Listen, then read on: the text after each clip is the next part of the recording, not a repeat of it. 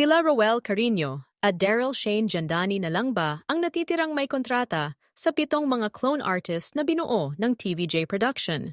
November 15 nga noong nakaraang taon nang ipakilala sa Eat Bulaga ang 7 sa mga naging The Clones contestants na mapapasailalim ng TVJ Production bilang mga contract artists.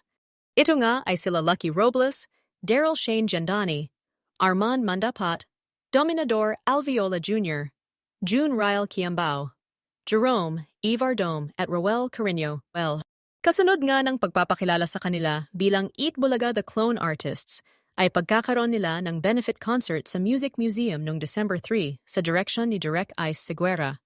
Magmula nga noon ay napasama na ang mga clone artists sa mga kaganapan sa Eat Bulaga, gaya ng Bulagaan at EB Lenten Special. At sa pagdaan ng mga buwan ay naging madalang na ang paglabas sa show ng ilan sa mga clone artists, kagaya ni Jerome Evardome, June Ryle Kiambao at Armand Mandapat.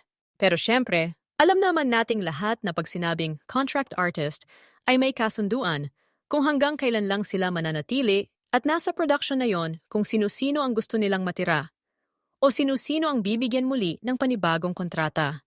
At sa post nga ni Stephen JC ang ka-voice ni Freddie Mercury at The Clones Comeback Champion, malalaman natin kung sino sa mga Eat Bulaga clone artists ang nananatiling may kontrata. Masaya nga niyang pinaalam sa mga taga-subaybay ng The Clones na magkakaroon na pagsasama-samang muli ng mga inabangan nating mga contestants sa The Clones Ka-Voice of the Stars competition. Makikita nga sa kalakip na larawan ng naturang post ang 5 sa 7 pinakilalang Eat Bulaga The Clone Artists. Si Mang Domeng, Armand Mandapat, June Ryle Kiambao, Lucky Robles, at Jerome Ivardome.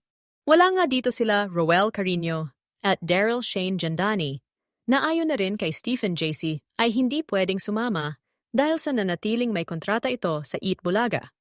Hindi rin sila available dahil sa schedules and also not allowed to do public show meantime. At dahil nga dyan, nalaman natin na kaya pala sila Roel Carino at Daryl Shane Jandani na lang ang madalas na sa Eat Bulaga dahil tapos na ang kontrata ng 5 sa 7 The Clone Artists.